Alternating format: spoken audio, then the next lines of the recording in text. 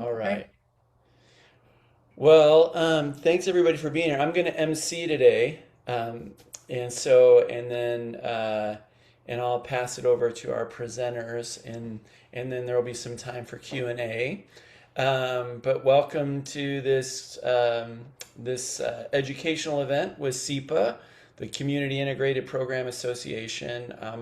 I'm Marcus Robinson. I'm the vice president, and I work for Windhorse Integrative Mental Health, and we're one of the founding members. And so I think most everybody here is a founding member, but maybe there's a few that have joined since. And we're glad to see, yeah, just more folks jumping in and to see how this develops. And so we're going to have our team from San Luis Obispo. We have Sara Burt and Fangming are going to present about community-based treatment versus institutional care, how therapy in daily life utilizes relationship as the primary intervention. And so should we, I think that's all the preliminary stuff. Am I missing anything, Meg or Stacy? We're good to go. And so these are recorded and they can be shared and we're making them available. But thanks for being here today and taking the time. And eventually we'd like to do these as CEU events, but we're not there yet. So right now it's kind of internal within the CIPA community. But if you have questions, I'll let them kind of figure out how they would like to do that. And you guys, I'm happy to help any way that I can at MC. So, Sarah and Feng Ming, take it away. Well, All thank you. right. Thank you, Marcus. And thank you, everyone, for being here. I'm gonna try to share our screen and our PowerPoint if Zoom is working. Let's see.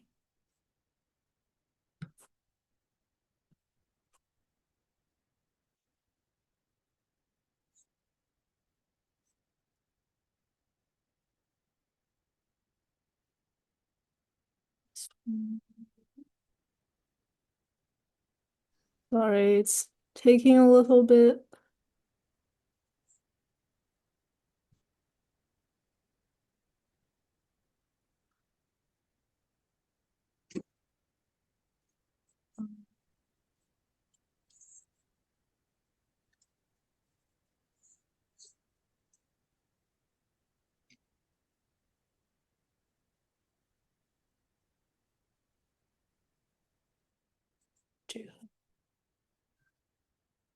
Oh, Hmm. we might Have to pop out real quick. to allow the system to have access to our screen. Okay, well, we'll be right back. Also, Marcus, if it doesn't work when they come back, if you want to email it to me, I can be the presenter and we can do Okay. it that way as well. Okay.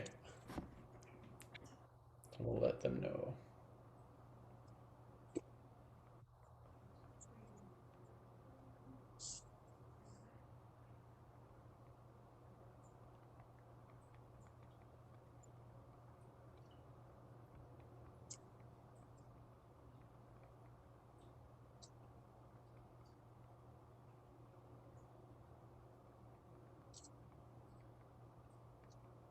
This looks better. Awesome.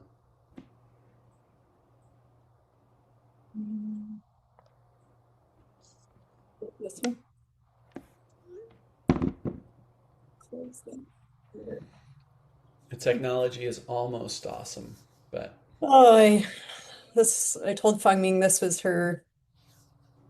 her time to shine because I could not do this. I was like, I'll talk to everybody all day long, but don't ask me to do anything technical. Almost there, everyone. there we go. Woo! Fangming! Yeah, it looks Good. great. All right. So before we dive into the story of Windhorse, after all the technical distress, this is even more important now. We invite you all to a core Windhorse tradition. We begin our time together with a brief quiet moment. So we do quiet moment at the beginning and the end of our meetings to check in with your mind, body, and environment.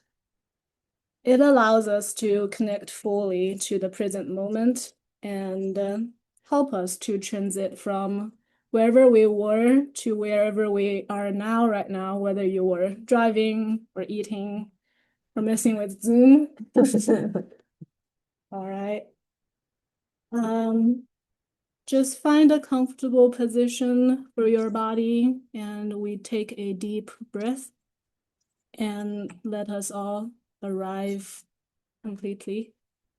I'll ring the bell and wait for about 2 minutes and then ring the bell again.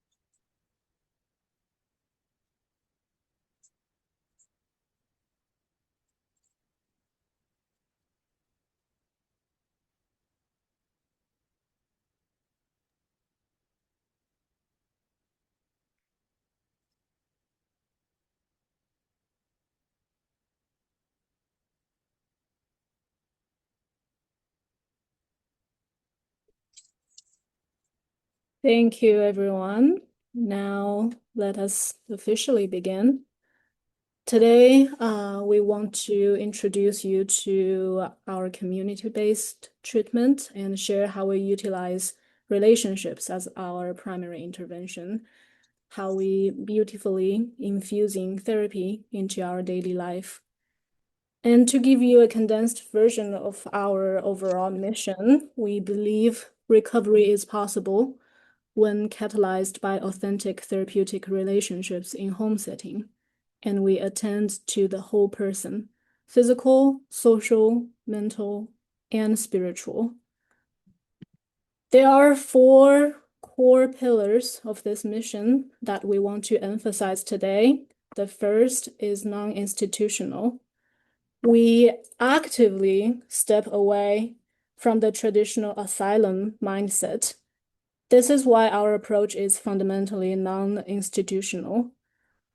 At Windhorse, practicing non-asylum asylum awareness means we stay highly mindful of any subtle ways we might be tempted to exert power over a person just to control them out of our own fear. Instead, our first line of response is always to cultivate an empathic connection, providing a safe and healing community that calms the fear and chaos of extreme mind states. And the second one is relationship-based. We are focusing on one-on-one direct contact not curriculum structure.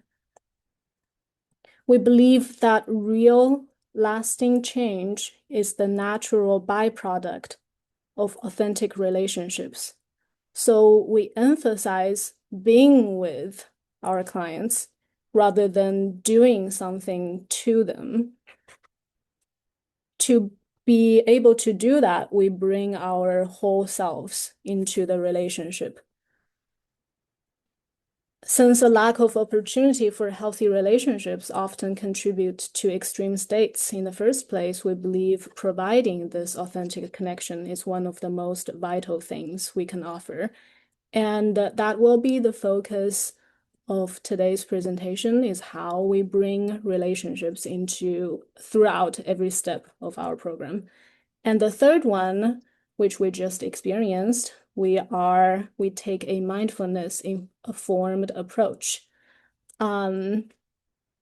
Typically, all of our clinical and community meetings begin with either a few minutes of meditation or a full long 30 minutes meditation. This established this foundational inner order within ourselves and within all the community members, including clients. It's this practice of staying constantly aware of what we are experiencing, what we are doing, and then how the present moment is shifting. We do this to cultivate this baseline awareness within ourselves so that we can smoothly and gracefully bring the value of mindfulness into relationships with all the other team members and clients. It's to truly serve another, we must continually examine ourselves and cultivate our own capacity for empathy and compassion. The last one is we do this through a holistic whole person framework.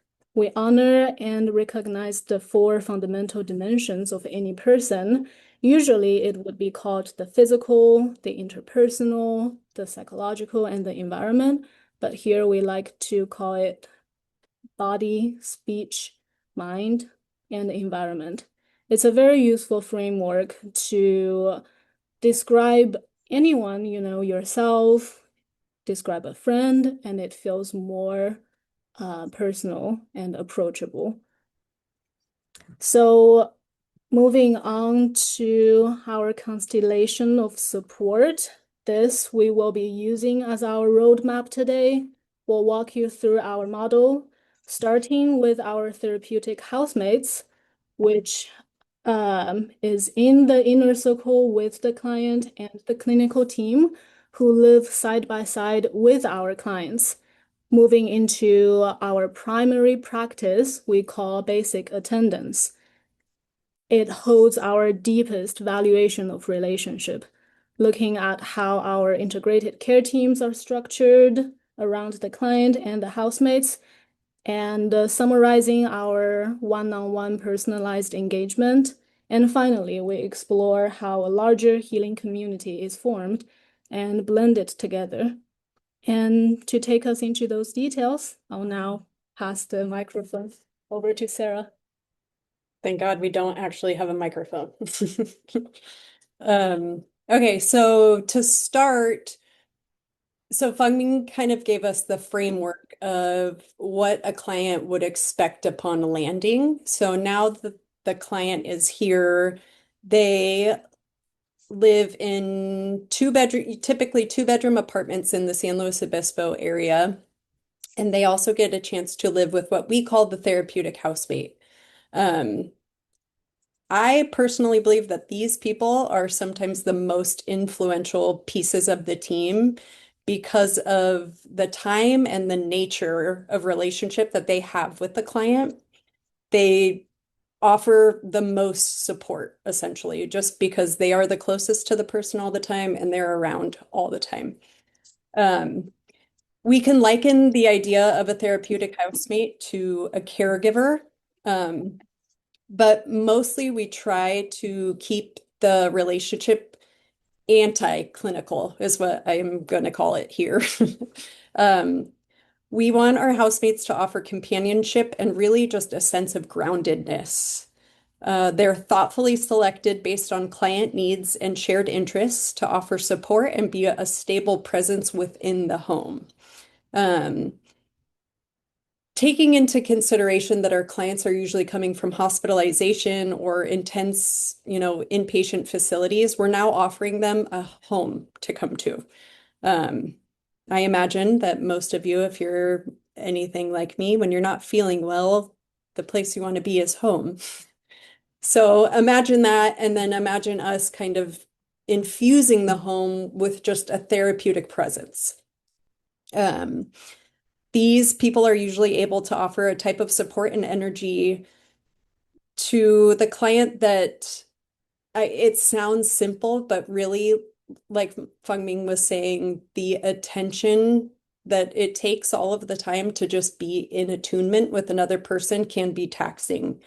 When we're engaged with someone on an intimate level, we're gonna get emotional. Things are gonna come up. There's bound to be transference or exchange or things that we have to deal with in a therapeutic relationship. But really, we ask our housemates to do the best that they can to create an authentic and transparent relationship with the client. We also add them to avoid fixing or changing the client in any type of way. It's in the root of the relationship is non-clinical. So in that, coupled with open and honest awareness and communication, we're just giving energy to an authentic relationship for this person. But within that therapeutic relationship, like I said, the transference and the exchange are bound to come up. So we offer our housemates have thorough training over the first 2 weeks of their time with us. So usually before that they even meet a client, they are trained. They're individually supervised once a week, and then they have group supervision bi-weekly. They also have the whole support of the team for team meetings and team supervision, and then they also have a house meeting. So there's a lot of support just built into the role itself because the role is taxing, and we are asking a lot for, what we call a non-clinical role to be sort of saturated. And then the next piece of this, do I just push it? The next piece is, like Fangming said, I think what I believe to be the basis of our model. Every role that someone can have at Windhorse was started with basic attendance in mind. I'll describe to you guys what basic attendance really is, but it definitely is the most important piece of our model. These are the pillars of the model, and each role expands and focuses on a different clinical skill. Another major component to basic attendance is having a contemplative practice. So like we talked about, meditation. We've had other folks who are really heavy into like martial arts or Tai Chi or any of those mindfulness practices where you can kind of feel yourself get into a flow state is what I like to liken it to. All of those are important to help the unfolding of basic attendance naturally occur. There are 10 different clinical skills involved in the act of basic attendance, and these are being present, letting in, bringing home, letting be, bringing along, recognizing, finding energy, leaning in, discovering friendship, and learning. Obviously, I could go into depth about each of those, but for the basis of time, we are just going to talk about them as a whole. And really, the name basic attendance itself is the most fundamental level of the act. Really what we're doing is we're attending to our clients and accepting them as they are and allowing for their basic goodness to come through. I think as clinicians, we're used to seeing people who have been in a hospital, who have been, there's a lot of medical trauma that can come along. So then to be placed in the care of us here, a lot of the time people are like, what are we doing? What? I'm actually a person. You're asking me my feedback or how I feel about something. So that's a big piece of it. But so we use the name basic attender, or we also call them team counselors for the staff that work these one-on-one shifts that last for 3 hours. During these shifts, we're offering a sense of grounded compassion. We're meeting our clients wherever they are and simply offering presence to them. We're there with undivided attention and emotional availability. We see them without judgment, distraction, or the immediate need to fix anything. Like I said, that these people are coming from a wide variety of different situations. So coming here and giving them this compassion and really treating them as a human and seeing them for who they are and hearing their story naturally brings up a lot of confusion for them. And that's something that we're accustomed to. So we approach this from kind of a soft heart spot. We arrive to their home for the 3-hour shift. And we can offer ideas of things that we can do, or we can simply just be with. Sometimes our clients don't really want to leave the isolation of their own room, but just reminding them that we're there, we're in the house, simply being, really just being someone that they can open up to if they want to is sometimes how it goes. Other times clients might want to go on a hike. There might be errands that need to be done. We can go grocery shopping. We can, walk around downtown, maybe grab a bite, but really the options are endless. And then there's a question here at the bottom of the slide that kind of leads me into the next slide. But if you were to fall profoundly ill tomorrow, who would you want on your care team? I imagine you can think of some qualities of people, or maybe even people, that would be important for you if you were profoundly ill that you would want by your side. So we like to think of that when crafting a team and when building a team, we kind of think of how we work together, think of the different types of minds that are involved and plan accordingly. And then that leads me into our integrated care teams. So all of our teams are customized. So after our clients call Freddie and Marcus, and we go through all of the assessment and suitability and all that, we start developing a team. These teams are created of the client, the housemate, a team leader, those team counselors that I was just mentioning, our intensive psychotherapist, a wellness nurse, and then an integrative psychiatrist, as well as the families. So we've now moved beyond just the little bubble of client and housemate, and now we're kind of into the next bigger community of the care team. So within this, and like I said, that can change depending on whatever the client needs. But generally, I would say our teams are anywhere of 5 to 7-ish members. And this team has weekly team meetings where the whole team is present, including the client, to talk about treatment care plans or scheduling changes or topics of interest. Occasionally, even during team meetings, we'll do some small shared activities together. And then we alternate, and we also have team supervisions where the client is not in attendance, so we can talk a little bit more openly about dynamics, an exchange, or anything that's coming up within relationship on the team. And like I said, teams can be altered, changed, everything's really movable depending on the amount of support necessary for each client. And then as time goes on, clients may need less support. They may become more stable, so we can start to kind of titrate the team a little bit. On the other hand, a client may start to, get more worked up, or things could change. And because we work so intimately together, we're usually prepared and we can kind of see crisis on the horizon. So if this is the case, then we can build up support. We can add more basic attendance shifts, more therapy settings. So we sort of have safety always, obviously, always on our mind, but we try to get in front of it and try to stay attuned as best we can with the client.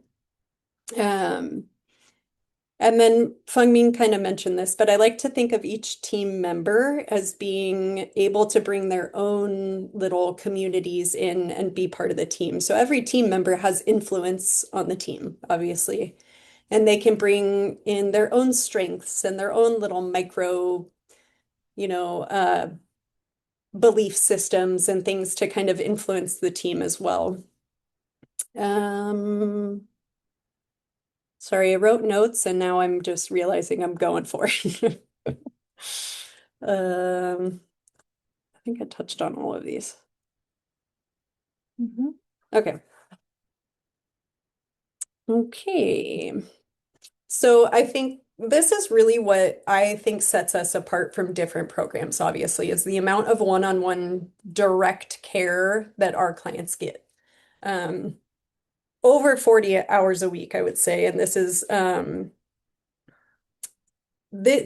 just the emphasis that we put on relationship and the relationship as medicine. But I also want to emphasize that we are not just a peer, support program or a social program. Like, all of our relationship is very intentional and very authentic. The Windhorse model is steeped in Buddhist philosophies and practices, like the idea of basic goodness. And so when we are allowing space for that within relationship, we're really able to kind of create a felt sense within the community. So I think people sometimes walk into our office and they're like, wow, this is so different. You can feel a difference here. It is not a typical other type of, community treatment facility. To piggyback off that, I guess, if we think about other offerings that treatment programs have, they're mostly, large group meetings and maybe some weekly therapy sprinkled in there. But ours is so different. I mean, every day the client sees at least one member of their team for 3 hours, and then they have intensive psychotherapy twice a week.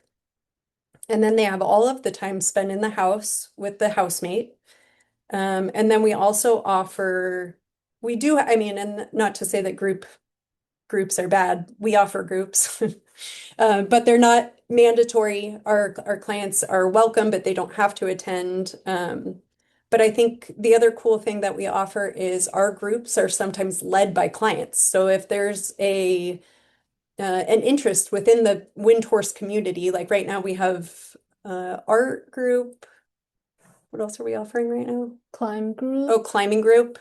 Yeah, so our groups kind of change with the rhythms and the entrance of the community in mind. And some of them are led by clients, some of them are led by staff. We really I think we are more flexible than a traditional therapeutic setting. We also offer the chance for our clients to welcome the community into their own homes if they're feeling open to that. We call those a food and mood. I think Fangming is going to touch on them a little bit more, but yeah, I think those are, the biggest things that really set us apart than other more traditional therapeutic communities. And I think Fangming is going to take it back over. I love how you just paint this nice picture of everyone has like a full team dedicated to them. And if you think about it, it's like normal life, when we think about it, who wouldn't want such a team stay in relationship with you on a daily basis? And we all do, honestly, and that's how we extend our clients. We extend this to their real life. This is real, like relationships are real, conflicts are real, and the maturity they gained from all those direct hours are real. It's not a lab, it's not a cocoon. So this leads us to the larger community part. I think Sarah has touched on some of it already, how clients bring themselves into the teams and teammates bring their own world, local network, philosophies, personal qualities and hobbies into the team.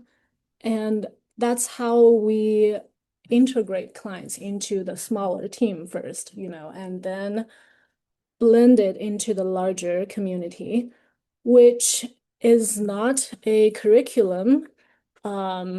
We don't just set a timeline and then ding, time's up, clients gotta graduate, you gotta get a job, you gotta live by yourself. That's unrealistic anywhere.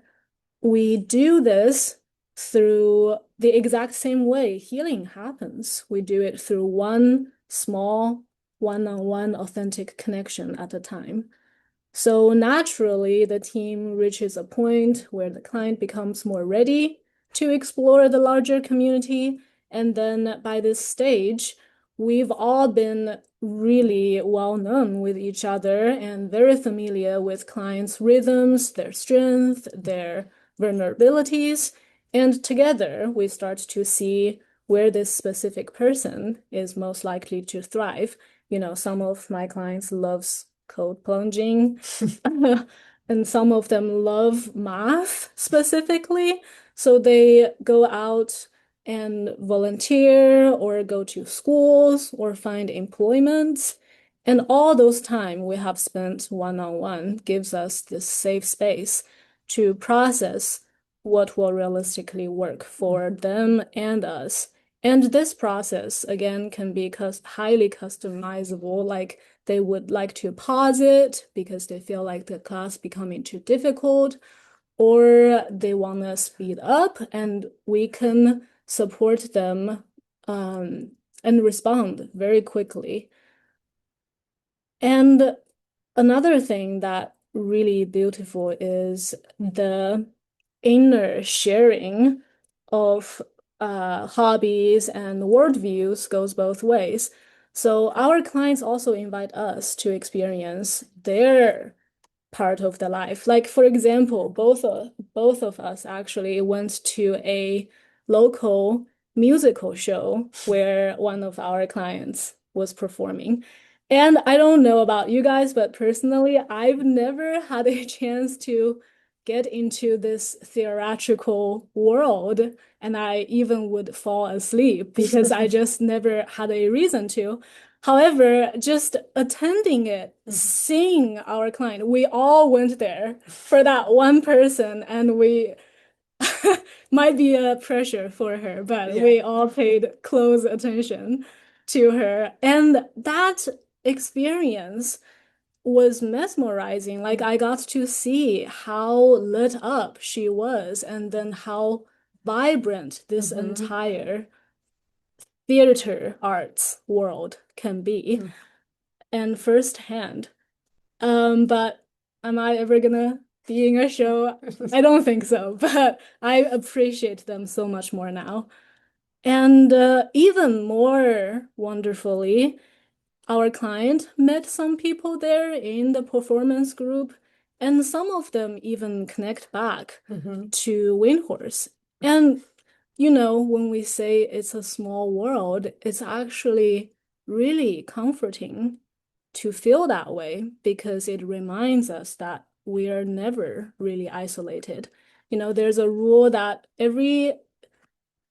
between you and any random person in this world, there's only like 6 people or something. There's 6 people connection rule.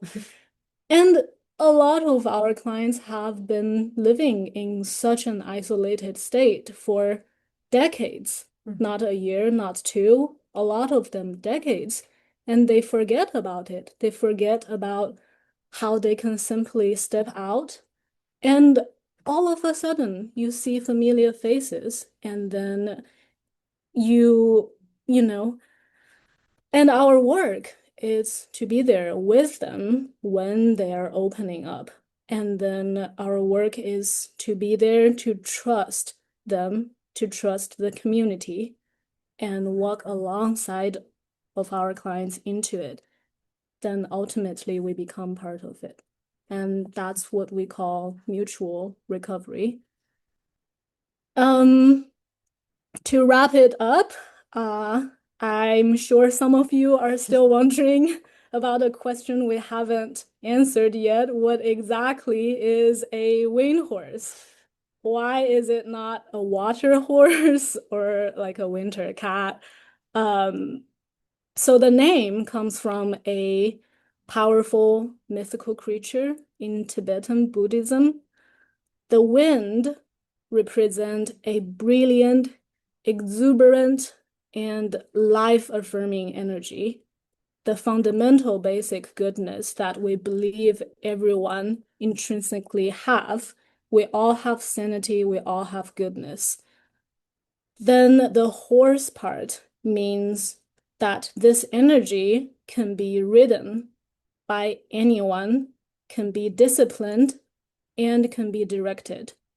So as our founder, Dr. Edward Potville said, even amidst great illness and distress, Windhorse energy is available by anyone. And no person and no situation is unworkable. And we keep that value very close to our hearts. That's why we value whole person integration. It's never been done isolated. It's done in relationship, and it covers body, mind, speech, and the environment within our shared and healing community. Thank you all for listening, and your time, your hearts, and your shared dedication to this deeply human work. And we'll now open up for questions and discussions.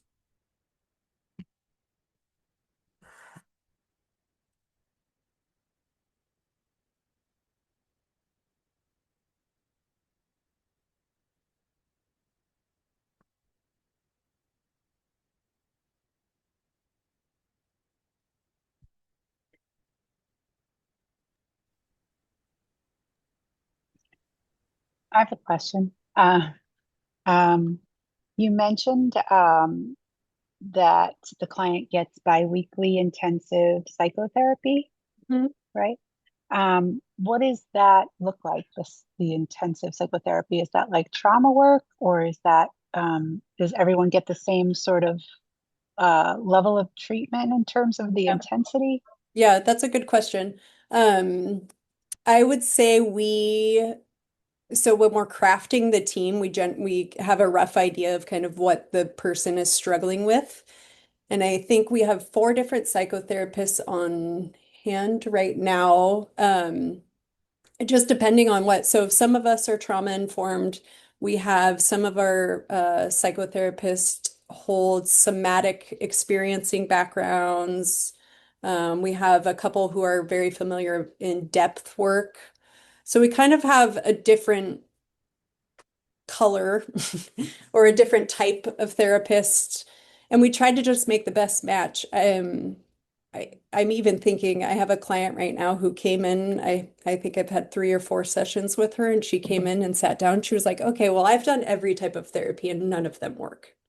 I was like, okay, throwing out all my ideas. I'm like, I'm just going to meet you as a person then. And you know, hopefully you can lead me in the therapist you're looking for.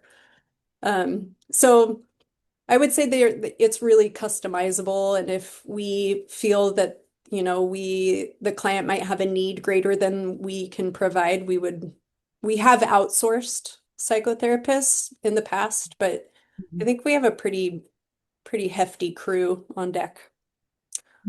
Can I add Yeah, something? yeah. So we have a great metaphor for this because of how different our team's structured, and then sometimes we're like, why even have an intensive psychotherapist, you know? But it's important because each team is like a ship, you know, on the ocean. And then in our metaphor, this intensive psychotherapist is like having the what is called Up on top of the pole, whatever part of the ship names. And you can foresee the entire team's dynamic, and then you get into the deepest mental state with the client. And the psychotherapist also has team meeting with the entire team weekly. So that's where, without break confidentiality, the psychotherapist could, you know, guide the team into the direction that the psychotherapist could foresee. And it's so much more open comparing to traditional therapy where you only meet 2 hours per week. So not only the psychotherapist meets 2 hours a week, they also know the client and the entire team as a system, which provides so much more details and information and ways to guide the client through. I'm even thinking of another example. I don't want to spend too much time on it right now, but I have another client who is on the spectrum and has a couple intellectual disabilities and is really struggling with his diet right now. So I went over there the other week and I'm like, okay, we're going to do some meal prep. And that's how we spent an hour of psychotherapy, was like psycho ed about cooking with egg whites and using low-fat cheese and whole wheat and just like spending time together like that. So we kind of find the therapy within what the team is needing.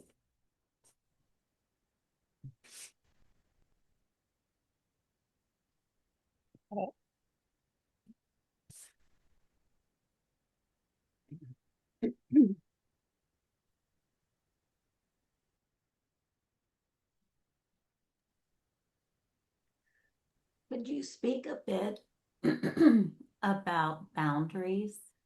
Ooh, good question. Yeah. Where to begin? I mean, I'm even thinking some of the tenets of basic attendance are bringing in and bringing along. So being that we are so alternative, the traditional idea of boundaries is much more permeable here, I think. Like I mean, we went and saw a client in her show, and I brought my daughter to that show even. So I think the first thing that comes up for me is, what am I comfortable with? And then what is my client comfortable with? And then maybe what is the team comfortable with?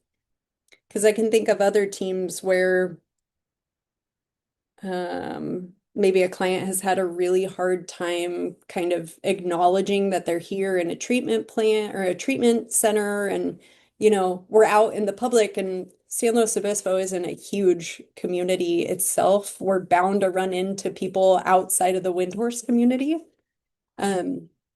So often when teams are crafted, or in the beginning, we'll tell clients, like, if you and I are out in town and we happen to see a friend of mine, how would you like me to introduce you? Because I want it to feel organic, I want it to feel natural, but I also recognize that this might not be something that you're comfortable with.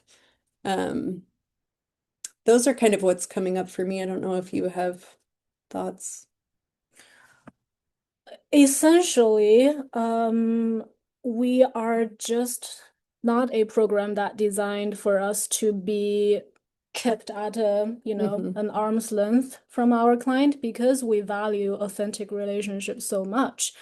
But actually, I think that requires us to show even more discipline. Mm. You know, we show up as our full selves, but you know, yes, you show up with your defensive mechanism, you show up with, you know, all your goodness and badness, but then the reason we implement mindfulness so much is for you to use it as a tool instead of as your own playground. You're not there to mess with your client. You're there to be a person, and we grow together. We be aware together.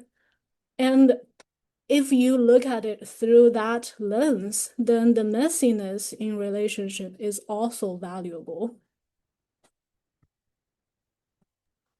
And whenever I think of boundary, I thought about the interview I had with Windhorse. Dimitri, our director, later told me that it was because my answer about boundary satisfied him, so that he hired me. But he was asking me whether I felt comfortable with this complicated boundary with clients, because I was working for county mental health, which had a ton of limitations and restrictions. And you know, I graduated from grad school, tried to get my license, tried so hard, follow every single rule, every single ethic codes to the word. And then my last day, I had this client, had no car, had extreme health issues, couldn't find any single person to give her a very simple ride, which in our policy, it was strictly like inhibited. We were not allowed. But I couldn't let it happen. She lived like, you know, 20 minutes drive away from our center. And I just gave her a ride. I'm like, fuck it, it's my last day. I don't care anymore. So I told Dimitri that story, and he's like, that mindset is exactly what we need. You know, you see every person as a person, not as a rule. And you attend to them as a person, not in some specific methodology. We always see the person, see the reality first. Incredibly challenging work and incredibly beautiful. Thank you. Thank you. Thank you. I've really enjoyed this. Yeah. Are the non-clinical folks, are they mostly like interns or just mental health workers? Or Yeah, that's a good question too. I would say the housemates, so housemates require like no clinical background. So a lot of them even have part-time work outside of Windhorse. And that is purposefully that way, because could you imagine living with a therapist when you're not feeling mentally well? Like, that doesn't sound fun at all. So yeah, it's structured that way by design. But no, the basic attenders and team counselors, those are usually kind of our trainees or our associate members, are those people because they're gaining hours that way as well. But typically therapeutic housemates are, you know, just more I'm thinking of, we have one who works at Trader Joe's. We have another one who used to work at the with the Humane Society. So they're just kind of like, they typically are kind of people who just don't have like big families. A lot of them are single, some of them are, you know, enrolled in classes and are just able to kind of live this very alternative lifestyle. Yeah, and I wanted to add in that since everyone's overseen by a licensed, the therapist and the team leader are both licensed, and then our organizational structure and state licensing is structured in such a way to allow us to have those kind of more unique therapeutic boundaries. So we're not typically like licensed in the way that like a 30, 60, 90-day program would be, so that we can accommodate that. And then so there are individuals who do basic attendance, the team counselors, who also may have a life experience equivalency, whether that is like they were a former pastor or they had other pieces to their life that have created something that allows them to be uniquely suited for this. So we do want a bit of a blend of that, but on the housemate side, yeah, typically it is non-clinical and generally not clinically trained anyway. I just think it's great that you can spend that much. I think you said 40 hours a week with residential clients like that. I mean, it speaks to the amount of people on the team and how much that is probably helpful. I mean, I'm saying helpful because that would be hard to do in a bigger. How many clients typically are at Windhorse or at your location? I think we have 14 right now, 13 or 14. Is that the max capacity or? I feel like Marcus or Freddie probably knows this. Yeah. Yeah. We So go ahead. yeah, we typically have between 10 and we might have up to 20 clients at a location, but they're at different levels of support. And so the communities, we don't fill beds. We go by the capacity of our teams for when we can add another client. Yeah, Yeah. that And makes sense. I wanted to respond in the chat, Kalisha, about the housemate being like a peer. We're we they're not necessarily a peer. They're not necessarily somebody who's had lived experience.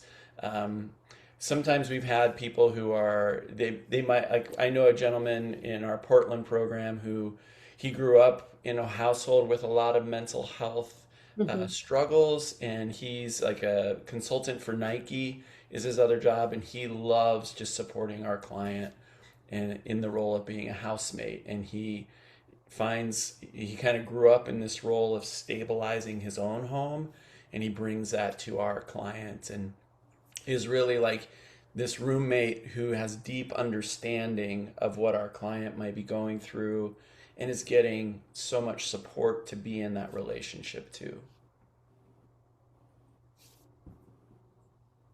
Thank you for that clarification. Yeah.